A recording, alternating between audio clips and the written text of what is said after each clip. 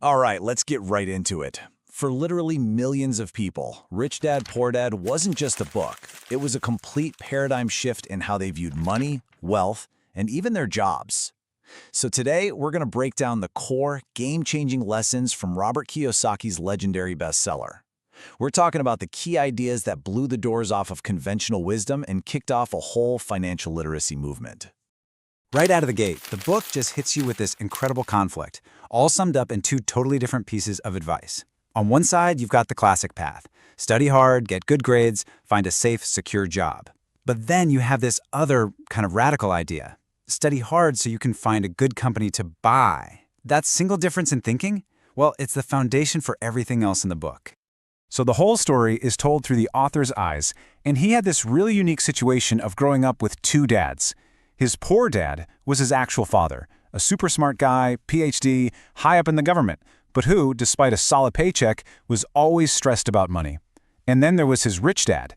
This was his best friend's father, a guy who dropped out after the 8th grade, but went on to build a massive financial empire. And this is where you really start to see how deep the differences went. Their whole philosophies were polar opposites. Poor Dad would always say, the love of money is the root of all evil. But Rich Dad, he'd flip it completely on its head and say, no, the lack of money is the root of all evil. Being stuck between these two extreme ideas forced a young Kiyosaki to actually think for himself instead of just accepting one point of view. You see, these core beliefs led to completely different ways of thinking. Poor Dad's default response was, I can't afford it. And that's a statement, right? It just shuts your brain down. But Rich Dad would turn it into a question. How can I afford it? That question forces your brain to start working, to find solutions. It's the difference between play it safe and learn to manage risk. It's the difference between thinking your house is your greatest asset and realizing it might actually be a liability. So how did he actually learn all this stuff? Well, it all started with his very first job. When he was just 9, he and his buddy Mike asked Rich Dad to teach them how to get rich, and his offer was interesting. He said, sure, come work in one of my stores for 10 cents an hour. Now, this wasn't some kind of child labor scheme. No, this was a perfectly designed lesson about the trap most people's financial lives fall into. You see, Rich Dad believed that most of us are just puppets, and our strings are being pulled by two really powerful emotions. First up, you've got fear. The fear of not having enough money, of not being able to pay the bills. And then, once you get that paycheck, the second emotion kicks in, desire, or what he called greed, for all the cool stuff you can buy. And when you put those two emotions together, what do you get? You get this endless loop. Fear wakes you up in the morning and pushes you out the door to go to work. Then desire takes over when you get paid, so you spend your money, which of course leaves you needing more money, bringing you right back to fear. And the cycle repeats. Get up, go to work, pay bills, on and on and on. That, my friends, is the rat race. And this whole experience leads to Rich Dad's lesson number 1, maybe the most important lesson of all. After a few weeks of working for practically nothing, Kiyosaki got fed up and was ready to quit. And Rich Dad's response? He offered him a job for 0 pay. By forcing him to work for free, he was teaching him to stop thinking about a paycheck and start using his brain to find opportunities. He was learning the most critical lesson. The poor and middle class work for money. The rich, they have their money work for them. Okay, so if the rat race is the trap, how in the world do you get out? Rich Dad's answer wasn't to just work harder or ask for a raise. Nope.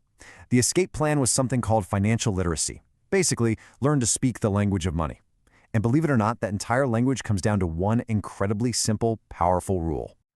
Just think about that for a second. If you had to boil down all financial advice, all the books, all the seminars, into one single rule, what would it be? Most people think it has to be some complicated formula. But Rich Dad's secret to getting wealthy was almost shockingly simple. And there you have it. That's the one rule. You must know the difference between an asset and a liability, and spend your life buying assets. It sounds almost too easy, right? But the reason so many people struggle is because they just don't get this. They spend their whole lives buying liabilities that they think are assets. Getting this right is the absolute foundation of building wealth. And forget about those complicated accounting definitions you learned in school. Rich Dad kept it dead simple. An asset is anything that puts money into your pocket. That's it. It's all about the direction of the cash flow. If it pays you to own it, it's an asset. And the flip side is just as easy to understand. A liability is anything that takes money out of your pocket. It's a financial drain. If it costs you money every month just to keep it, and it isn't making you any income, it's a liability. End of story. So let's see what this looks like in the real world. Here's the cash flow pattern of a poor person. Money comes in from a job, and it goes right back out to cover all the expenses. Taxes, rent, food, you name it. The asset column, it stays empty, and no wealth is ever built. The money is just passing through. Now we get to the middle class, and this is where the big confusion happens. They make more money, sure, but they use that income to buy things like a bigger house, a nicer car. But here's the catch. Those things are liabilities. A mortgage, car loans, credit card debt, those all go into the liability column and actually increase their monthly expenses. They are buying liabilities that they have been told are assets. The rich person's cash flow, though, tells a totally different story. Their main focus is on one thing: building up their asset column.